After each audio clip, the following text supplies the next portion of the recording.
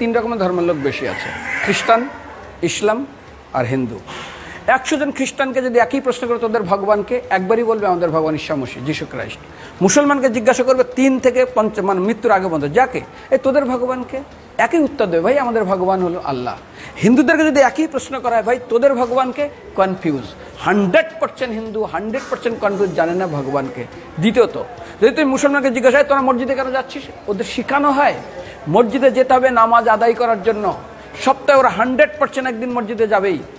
তুমি যদি খ্রিস্টানদের জিজ্ঞাসা করো তোমরা কেন কোথায় যাবে, কোথায় যাও না, আমাদেরকে একদিন তারা চার্চে যাবেই। কেন? ঈশ্বরে প্রার্থনা করার জন্য, ওদের শেখানো হয় জন্মের থেকে, এটা সংস্কার।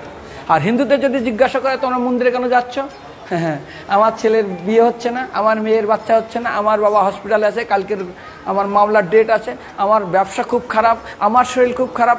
99.99 হিন্দু জানে না মন্দিরে কেন আসা উচিত, তাদের ভগবানকে মৃত্যুর পরে কোথায় যাবে। মুসলমানকে জিজ্ঞাসা করবে মৃত্যুর পর কোথায় যাবে, বলবে ভাই নামাজ রোজা যদি না করি দোজকে যাব, অর্থাৎ নরকে যাব।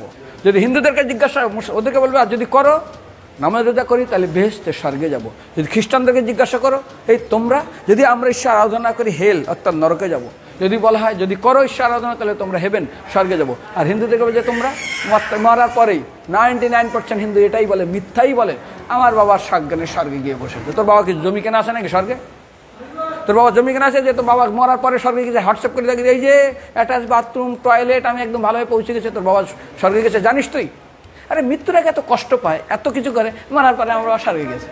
আরে যখন পুলিশে কোনো কয়েদি কোনো অপরাধীকে ধরে 2-4টা ডান্ডা মারে, তারপর থানায় গিয়ে আরো ট্রিটমেন্ট করে, তারপরে কোর্টে বিচারে, তারপর জেল খাটে, মৃত্যুর আগে এত কষ্ট করে আমরা মারা যায়, মারা পরে আমার বাবা স্বর্গে গিয়ে বসে আছে, ওর বাবার জন্য জমি কেনা আছে না, এরকম বলা যাবে না। এই জন্য আমাদের শাস্ত্র বলে পরলোকগত, স্বর্গীয় বলে না।